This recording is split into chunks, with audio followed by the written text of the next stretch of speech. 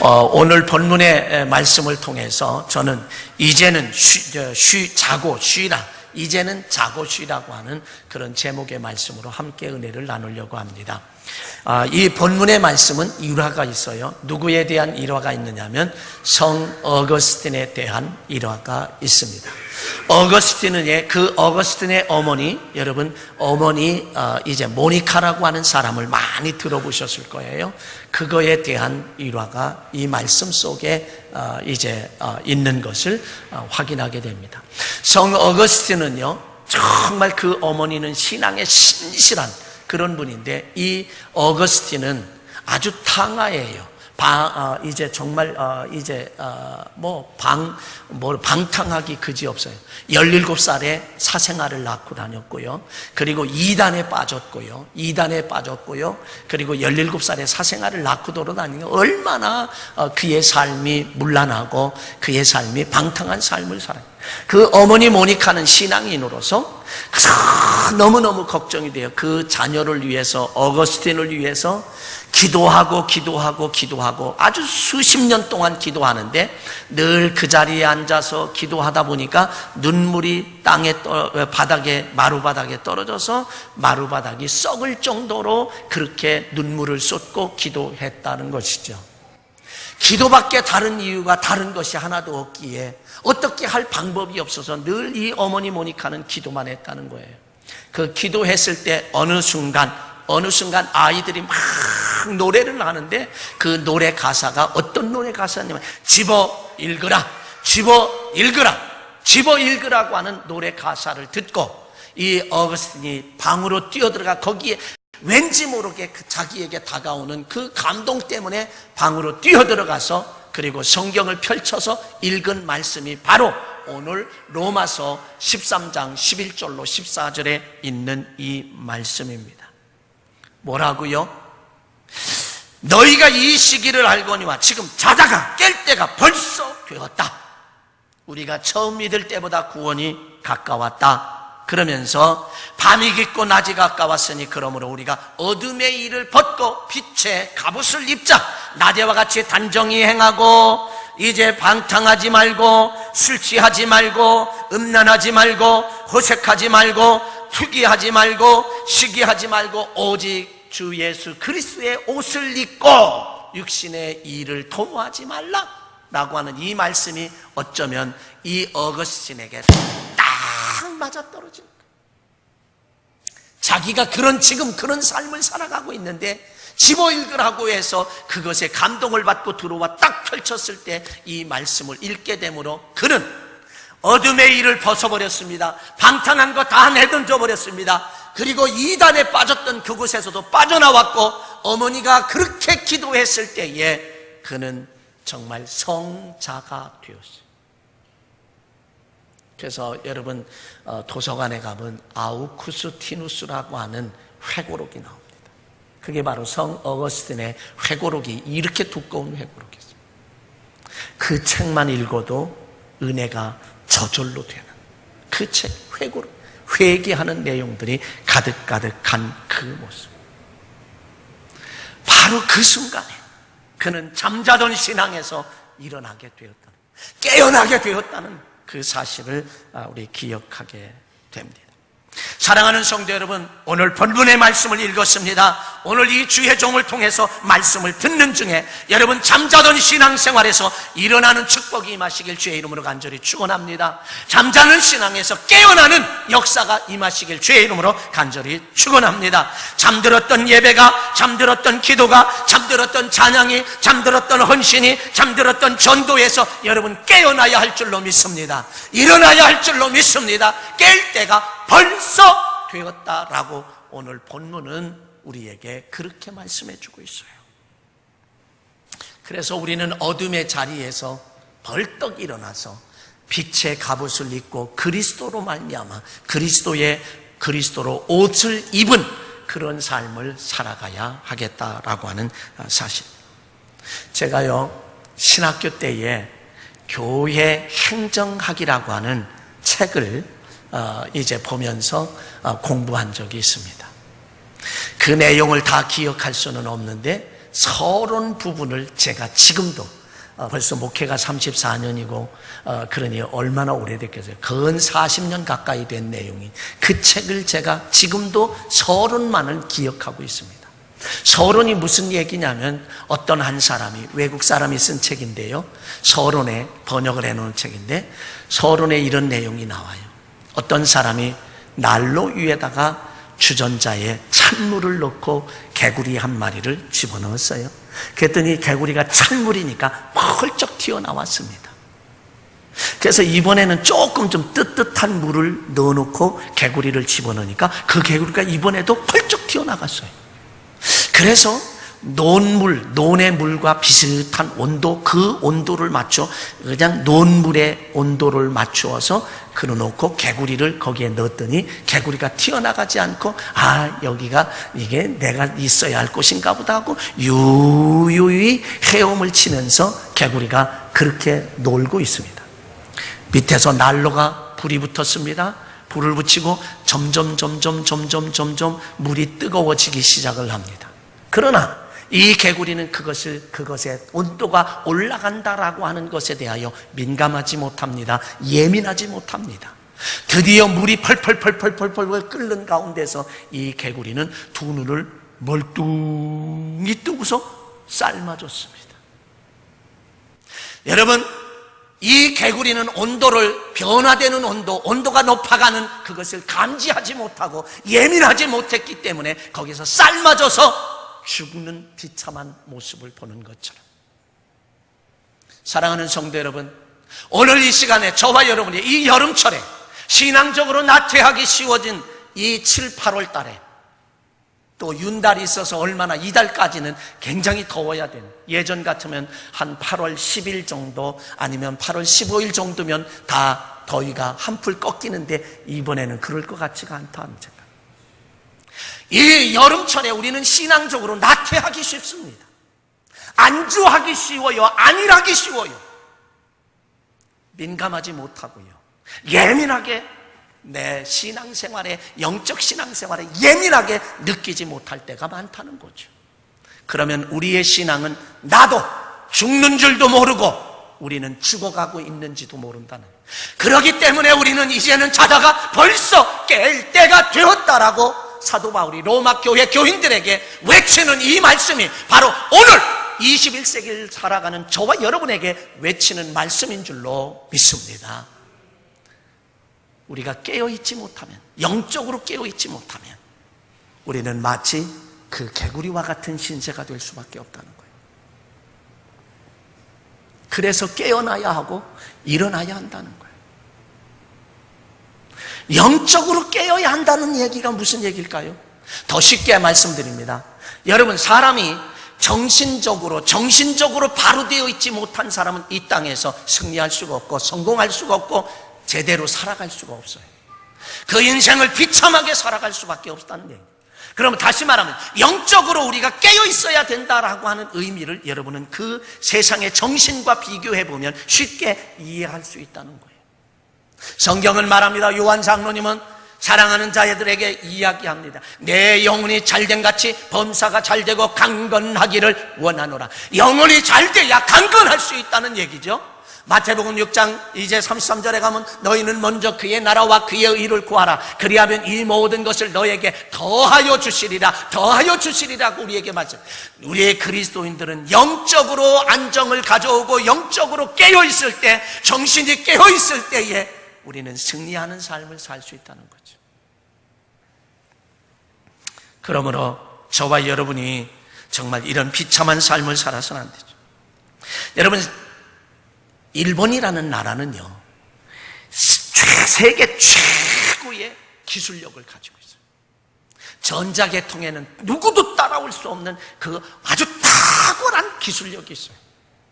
그런데 그 일본의 전자계통에, 특히 휴대폰에 왜 애플과 그리고 삼성 갤럭시에 밀렸을까?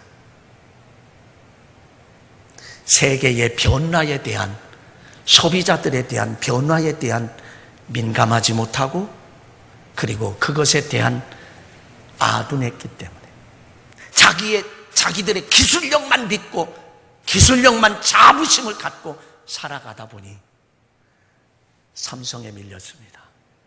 애플에 밀렸습니다. 한 가지 예를 들면요, 그들은 노인층, 이 연령층이 좀 높은 분들에게 편리한 휴대폰을 해서 공급을 해야 되겠다라고 자부심을 가지고 연구를 해서 내놓았는데, 그 노년층도요, 삼성의 그 디자인 그리고 편리성, 이거를 찾으니까 자기네 나라에 저가이면서도 사용하기 편하게 해놓은 그것이 눈에 안 들어오는 거예요. 나이 드신 분들일수록 더 예쁘고 더 아름다운 게 좋다라고 하는 것을 몰랐지. 소비자들에 대한 민감하지 못했습니다. 예민하지 못했을 때에 그들은 삼성에 밀리고 애플에도 밀렸습니다. 여러분, 영적인 세계도 마찬가지. 저와 여러분이요, 정말 영적인 세계도 민감하고 예민하게 살아가야 돼요. 그래야 늘 주님께서 세미한 음성으로 들려주시는 그 음성을 들을 수 있다는 사실을 저와 여러분은 기억해야 할 것입니다. 안일함, 자만심, 교만, 이만하면 됐지 라고 하는, 이만큼 신앙생활하면 됐지, 이것은 내 신앙을 약화시켜 가고 있다라고 하는 사실. 사도 바울은 로마 교인들을 향하여 권면하고 있습니다. 첫째는 뭐라고 알거니와. 여러분, 다 알게 돼 있다는 거죠. 누구나 다 알아. 뭘 알아요? 이 시기가 어떤 시기인지를 안다는 거예요. 이 때가 어떤 때인지를 안다는 거예요. 그래서 11절에 가보면, 또한 너희가 이 시기를 알거니와 자다가 깰 때가 벌써 되었으니 이제 우리의 구원이 처음 믿을 때보다 가까웠다. 여러분, 저도요, 예수 처음 믿을 때보다 가까웠어요, 구원이. 왜? 나이가 점점 먹어가잖아요. 그리고 이건 개인적으로도 그렇지만 역사적으로도 그렇다라고 하는 이 사실을, 지금 이 공동번역에서는 뭐라고 얘기하냐면, 지금이 어느 때인지를 알아야 한다. 지금이 어느 때인지를 알아야 합니다 라고 우리에게 그렇게 말합니다. 때를 아는 사람은 참 지혜로운 사람이라. 옆 사람 한번 인사합시다. 때를 압시다. 지혜로운 자입니다. 예, 때를 알아야 지혜로운 자. 그래서 전도서 3장 1절로 8절에 가보면 그 타이틀이 붙었어요. 뭐라고 붙었냐면, 모든 일에 때가 있다. 모든 일에는 때가 있다라고 하는 타이틀이 붙어 있으면서, 인생의 모든 일에는 다 때가 있고 시기가 있다는 거예요. 그래서 이렇게 말합니다. 범사에 기한이 있고 천하에 다 때가 있나니, 날 때가 있으면 죽을 때가 있고, 여헐 때가 심을 때가 있으면 심은 것을 뽑을 때가 있고, 죽일 때가 있으면 치료할 때가 있고, 헐 때가 있으면 세울 때가 있고, 울 때가 있으면 웃을 때가 있고, 이제 슬퍼할 때가 있으면 춤출 때가 있고, 돌을 던져버릴 때가 있으면 돌을 이제 거둘 때가 있고, 안을 때가 있으면 아는 일을 멀리할 때가 있고, 찾을 때가 있으면 또 이제 찾을 때가 있으면 잃을 때가 있고, 지킬 때가 있으면 버릴 때가 있고, 찢을 때가 있으면 꿰맬 때가 있고, 잠잠할 때가 있으면 말할 때가 있고, 사랑할 때가 있으면 미워할 때가 있고, 전쟁할 때가 있으면 평화할 때가 있느니라. 여러분, 한생전 편안할 때 아니라는 거죠. 다 때가 이렇게 높낮이가 있다라. 여러분, 공부할 때도 있습니다. 그래서 학생들은 공부할 시기를 놓치면 안 돼요. 여러분, 돈 벌 때도 있어요. 돈 벌 때가 있어요. 아무 때나 돈이 벌 수 있는 게 아니에요. 돈도 벌 때가 있어요. 그저 손 대는 것마다 잘 되고, 그냥 돈이 그냥 확 아멘도 하면 될 텐데, 그냥 돈 두를 때가 있어요. 돈이 두를 때가 있다. 돈도 벌 때가 있단 말이에요. 아무 때나 돈 버는 게 아니에요. 돈 벌 때 여러분 열심히 버시기 바랍니다. 그때 하나님의 주신 때인 줄 알고 열심히 벌어야 돼요. 봉사할 때도 있고요, 헌신할 때도 있고요, 뿐만 아니라 예배할 때도 있고요, 전도할 때도 있고요, 다 때가 있어요. 그런데 그 한 번 지나간 때는 나를 기다려주지 않는다는 거예요. 한 번 지나간 시기는 나를 기다려주지 않는다라. 여러분, 농부가요, 농사를 지을 때도 때를 알아야 돼요. 시기를 알아야 돼요. 봄에요, 한 3월 달에 그냥 밭에 가보면 얼음들이 그냥 흙을 파면 얼음이 덜거덕 하는데도요, 그거를 쟁기로 갈아버리고 거기에다가 좀 대충 깨고 씨를 뿌리더라고요. 농사꾼이 아닌 제가 볼 때는 저렇게 해서 저게 씨가 자라? 근데 그 때를 놓치면 수확을 제대로 할 수가 없더라고요. 저 강화에 있는 우리 친구 목사님 교회 옆에 밭이 한 300평이 있었어요. 그 밭에다가 그 강원도에서 약혼이라고 하는 씨앗을 구입을 해다가 거기다가 심었어요. 3년을 농사해봤습니다. 3년을 농사해봤는데 이게 심어야 되는데 너무 날씨가 추워. 이 날씨에 심어서 되겠는가? 그리고 한 주 미루자 4월이 지나가고요, 5월 달에 심으니까요, 나기는 나는데 추수할 수가 없어요. 열매가 별로 없더라는 얘기죠. 그래서 농부가 이 때를 잃어버리면 수고는 수고대로 하지만 추수를 제대로 할 수가 없다는 거예요. 그래서 때를 놓치면 안 돼요. 여러분, 예배 생활, 신앙생활 하는 데에서도 우리가 때를 놓치면 안 된다. 개미와 배짱이 보세요. 때를 놓쳤던 배짱이가 나중에 자기가 무시하고 멸시하며 조롱했던 개미에게 가서 먹을 양식을 좀 달라고 하는 그 수치스러운 그 모습을 우리는 보게 된다는 거죠. 어부도요, 때를 알아야 돼요. 무슨 때요? 밀물과 썰물의 때를, 만조와 간조의 때를 알아야 고기를 제대로 잡을 수가 있다는 거죠. 우리의 인생에게는 때가 있다라고 하는 이 사실, 시기가 있다라고 하는 사실, 그 시기와 때는 내가 곧 예민하고 민감하게 잡아야 된다는 거예요. 그 때는 우리를 기다려주지 않는다는 거예요. 그래서 우리는 찬송가 330장 불렀어요. 어두운 밤 쉴 때리니 내 직분 지켜서 어두운 밤 쉬된다. 저와 여러분의 인생은 어두운 밤이 언제 어느 때에 올는지 모릅니다. 예고 없이 환영도 하지 않는데 어느 날 갑자기 찾아오는 이 어두운 밤, 불청객입니다. 예고 없이 찾아오네. 순간에 찾아온다라고 하는 거예요. 이 불청객은요, 인생의 밤이 될 수도 있어요. 또 영의 밤이 될 수도 있어요. 또 역사의 밤이 될 수도 있어요. 자연의 밤이 될 수도 있어요. 이런 것들이 오면 우리는 비참해져요. 자연의 밤이라고 하는 건 뭔지 아세요? 여러분, 지진이 난다라고 생각해봐요. 그게 자연의 밤이에요. 농사를 다 잘 지어놨는데 태풍 한번 그냥 이제 거의 열매가 며칠 있으면 다 최상품을 수확할 수밖에 없는데 태풍이 그냥 몰아제껴. 우두두두두두두두두 떨어져. 이게 자연의 밤이에요. 역사의 밤은 뭔지 아십니까? 히틀러 보십시오. 히틀러가 얼마나 많은 사람들을 죽였는가. 그게 바로 역사의 밤이에요. 캄보디아 보십시오. 얼마나 많은 사람의 지식인들을 죽였는가. 그래서 그 해골들을 모아놓은 그곳을 한번 보시라. 그게 바로 역사의 밤입니다. 영의 밤도 우리에게 있다는 거죠. 언제까지나 우리가 하나님의 은혜가 우리에게 폭포수같이 쏟아지는 것이 아니라 하나님의 은혜를 우리가 받을 때에도 때가 있다는 사실을 우리는 알아요. 시기가 있다는 사실을 알아요.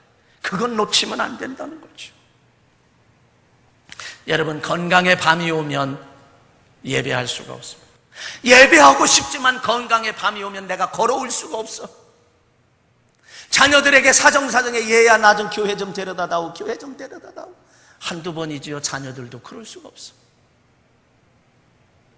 물질의 밤도 올 수 있어요. 내가 지금은 마음껏 하나님 앞에 헌신하고 하나님 앞에 헌금을 하지만 물질의 어두운 밤이 오게 되면 하고 싶어도 못해요.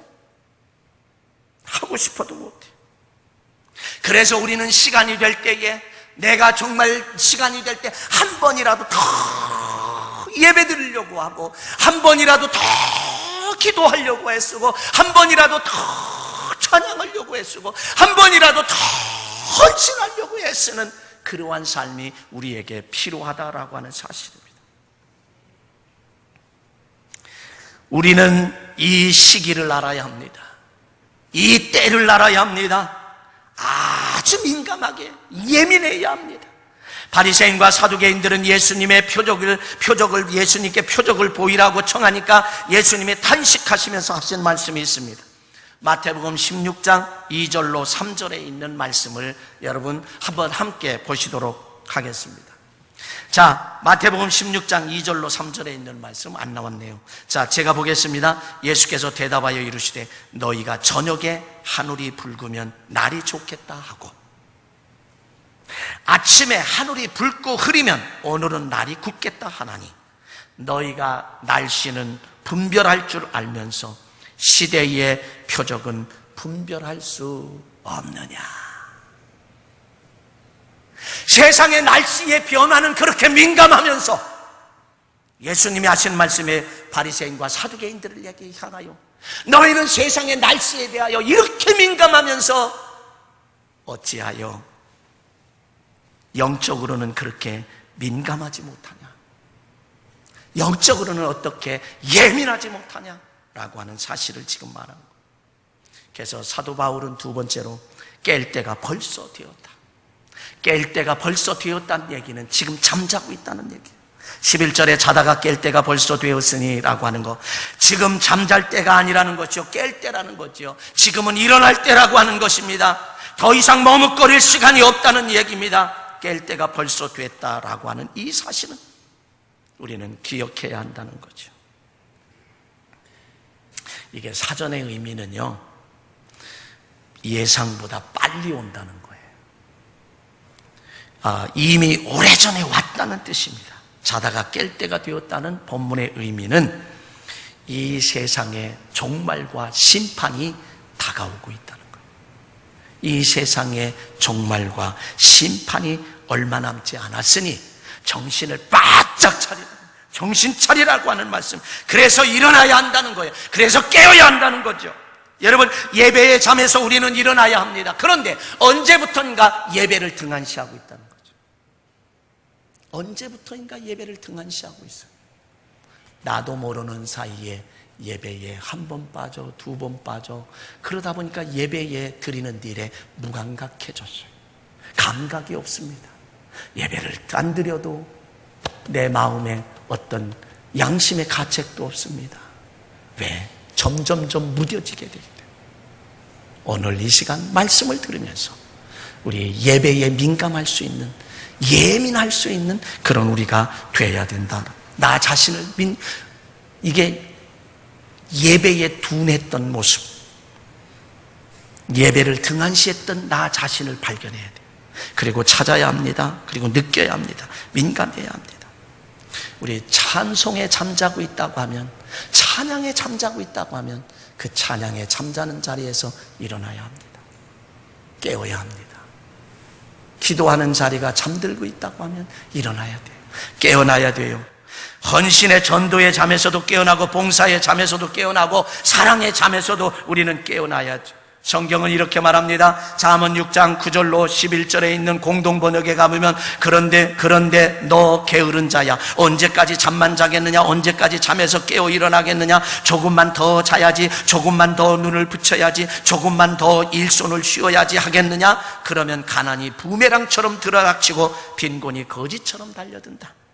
잠언 6장 6절로 8절, 게으른 자여 개미에게로 가서 그 하는 것을 보고 지혜를 얻으라. 개미는 두령도 없고 감독자도 없고 통치자도 없으되 먹을 것을 여름 동안에 예비하며 추수 때에 양식을 모으느니라. 이게 민감하지 않으면, 예민하지 않으면 이 일을 할 수가 없어요. 마태복음 25장에 가보면 신랑을 기다리는 신부들이 잠들었습니다. 여분을 준비 못했습니다. 잠들었습니다. 신랑이다. 그렇게 모든 사람이 깨어나니까 등불이 깜빡깜빡해. 기름을 준비하러 갔다 오니 이미 문은 닫혔고 때는 늦었다. 일어나려면 시기에 맞춰서 일어나야 되고, 깨려면 시기에 맞춰서 깨야지. 늦게 깨어거나 늦게 일어나면 이미 때는 지나갔다는 거죠. 그래서 오늘 본문에서도 그런 말씀을 하는 거죠. 세 번째는 빛의 갑옷을 입고 단정히 행하고 예수 그리스도의 옷을 입어야 한다는 거죠. 깨라고 하는 것, 일어나라고 하는 건 빛의 갑옷을 입고 어둠의 일을 버리고 빛의 갑옷을 입고 단정히 행하고 예수 그리스도로 옷을 입어야 한다는 거죠. 여러분, 깰 때가 되었다는 것은 어둠의 일을 벗어야 하고 갑옷을 입어야 한다는 거죠. 육체적으로, 영적으로 게으름에서 벗어나야 한다는 거예요. 우리가 안일한 상태, 나태한 상태에서 벗어나지 않는다라고 하면 우리는 아직도 잠자고 있는 사람이라. 빛의 갑옷을 입는 것, 정말 사도 바울처럼 예수 한 분을 얻기 위하여 모든 것 버렸고, 아브라함처럼 내 본토 친척 아비집을 떠나라 했을 때 떠나는 순종의 역사, 모리아 땅에서 내 아들을 독자 이삭을 번제로 드리라 할 때 순종하는 그 모습, 이것이 바로 빛의 갑옷을 입는 모습입니다. 바울은 재림이 가까웠으니 일어나야 한다고, 깨어야 한다고, 다시 말하면 우리에게 종말과 심판이 다가오고 있으니 일어나야 한다고, 깨어나야 한다고 그렇게 말하고 있는 것입니다. 마지막 시대에 깨어 있어야 한다고 하는 소묵시록 마태복음 24장에서는 우리에게 이렇게 말합니다. 마태복음 24장 42절로 44절에 가보면, 그러므로 깨어 있으라. 어느 날에 너희의 주가 임할는지 너희가 알지 못함이라. 너희도 아는 바니 만일 집주인이 도적이 어느 시각에 올 줄 알았다면 깨어 있어서 그 집을 뚫지 못하게 하였으리라. 이러므로 너희도 준비하고 있으라. 생각지 않은 때에 인자가 오리라. 그래서 우리는 영적으로 깨어 있어서 준비해야만 재림하시는 주님을, 심판하시는 주님을 만날 수 있다는 이야기입니다. 그래서 오직 그리스도로 옷 입는 삶을 살아야 하고요, 오직 그리스도로 옷을 입고 사는 사람은 자기를 낮추고 자기를 낮추는 사람이요 겸손한 사람이라고 하는 이야기예요. 그래서 사도 바울은 자기 자신이 모든 것을 다 배설물과 같이 버렸다고 필리포서 3장 7절로 9절에서 그렇게 말씀을 하고, 3장 5절에서 8절에 있는 말씀에 가보면 겸손하라는, 그리스도 너희 안에 이 마음을 품으라. 곧 그리스도 예수의 마음이니 그는 근본 하나님과 본체시나 하나님의 본체시나 하나님과 동등됨을 취할 것으로 여기지 아니하시고 오직 오히려 자기를 비워 종의 형체를 가져 사람들과 같이 되셨고 사람의 모양으로 나타나사 자기를 낮추시고 죽기까지 복종하셨으니 그 십자가에 죽으시고, 이게 바로 자기를 낮추고 그리스도의 옷을 입는 사람이에요. 그리고 그리스도의 옷을 입고 사는 것은 자기를 낮추고 기도하는 사람임의 모습을 봅니다. 그래서 마태복음 26장에 가보면 시험에 들지 않게 깨어있어 기도하라. 너희가 한시 동안도 나와 함께 깨어있을 수 없더냐라고 그렇게 말씀을 하셨습니다. 그리고 마태복음 26장 44절로 46절에 가보면 세 번째 예수님이 기도하고 오셔서 제자들이 자는 모습을 보고 이렇게 말씀하십니다. 또 그들을 두시고 나아가 세 번째 같은 말씀으로 기도하신 후 이에 제자들에게 오사 이르시되 이제는 자고 쉬라. 보라, 때가 가까웠으니 인자가 죄인의 손에 팔리느니라. 여러분, 저와 여러분이요, 때가 늦으면 예수님으로부터 야, 이제는 됐다, 그냥 자고 쉬어라, 이 음성을 들으면 안 된다는 거예요.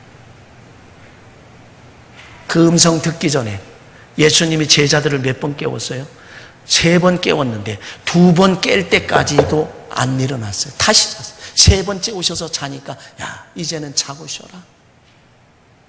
여러분, 지금 이 시간에 영적으로 여러분은 지금 어떤 상태에 있습니까?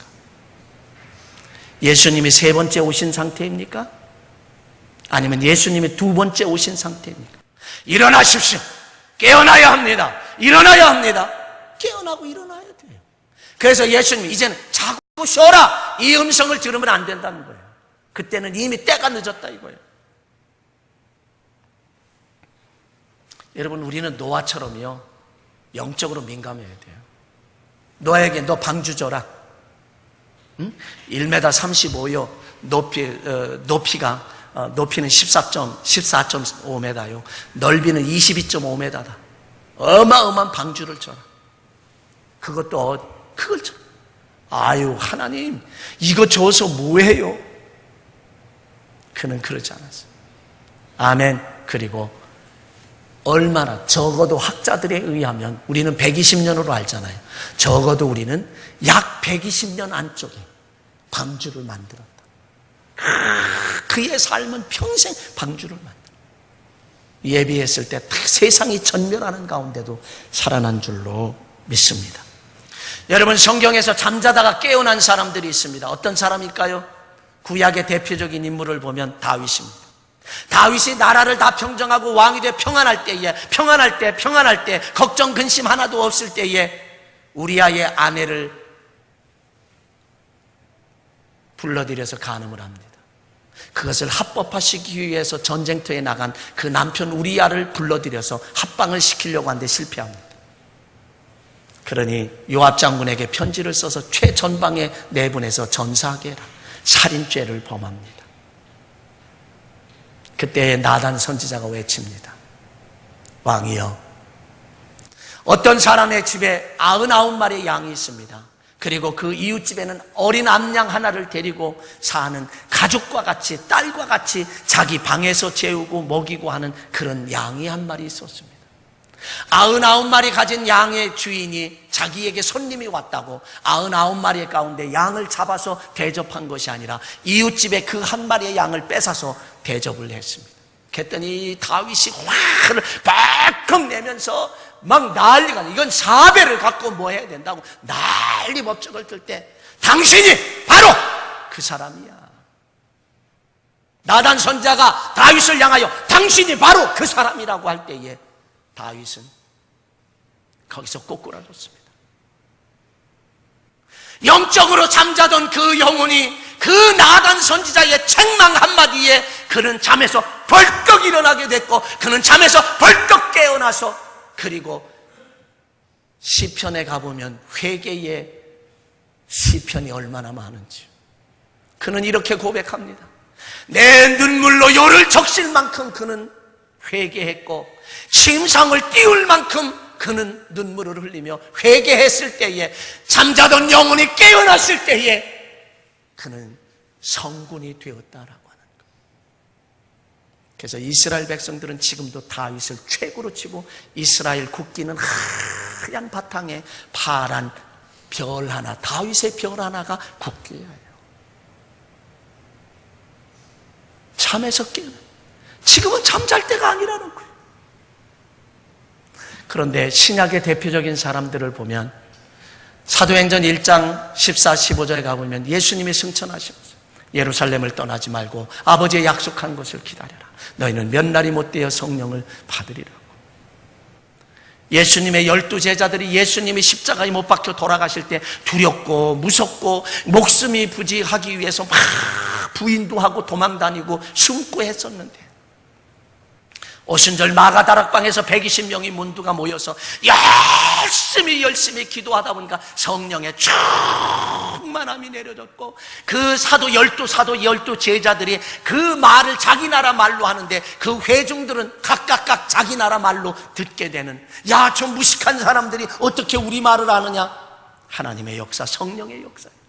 그래서 그때서야 제자들이 그 어두운 밤의 잠자리에서 일어났습니다. 깨어났습니다. 죽음을 두려워하지 않았습니다. 복음을 전합니다. 도마는 저 인도까지 가서 복음을 전하며, 사도 바울도 베드로도 십자가에, 베드로는 거꾸로 못 박혀 죽으며 순교하기까지 그렇게 그들은 잠에서 깨어났다는 거죠. 사랑하는 성도 여러분, 이 시간 로마 교회 교인들을 향하여 사도 바울이 외쳐지는 이 말씀은 오늘 이 시간 2017년 8월 6일 바로 이 주한의 교회에서 이 말씀을 통해서 저와 여러분에게 주시는 말씀이에요. 신앙생활 안일하게 하지 마십시오.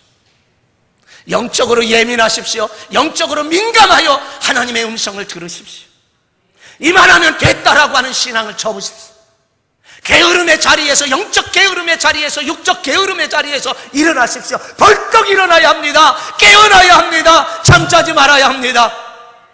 그럴 때 내 영혼이 잘된 같이 범사가 잘되고 강건하리라는 축복의 음성을 들으며 마음의 소원을 이루고 우리 하나님이 함께하는 최고의 복을 받아 누리는 은혜가 저와 여러분에게 있을 줄로 믿습니다. 이제 일어나야 합니다. 이제 깨어나야 합니다. 기도하겠습니다. 사랑하신 아버지, 오늘 이 시간 우리에게 들려주시는 말씀에 일어나게 하옵소서, 깨어나게 하옵소서. 육체적으로도 일어나야 하고 깨어나야 하지만 영적으로도 일어나고 깨어나는 우리에게 도와주시어서 하나님이 기뻐하심으로 마음의 소원을 이루고 하나님이 함께하는 임마누엘 최고의 복을 받아 누리는 모든 성도들 되게 하옵소서. 이 한 주간도 깨어있는 신앙생활로 하나님을 기쁘시게 하는 우리 모두가 되게 하옵소서. 우리 주 예수 그리스도의 이름으로 감사하며 기도하옵나이다. 아멘. 주 예수께서 제자들에게 너희에게 평화가 있을 것이다 라고 말씀하셨습니다. 우리에게도 이 평화를 언제나 허락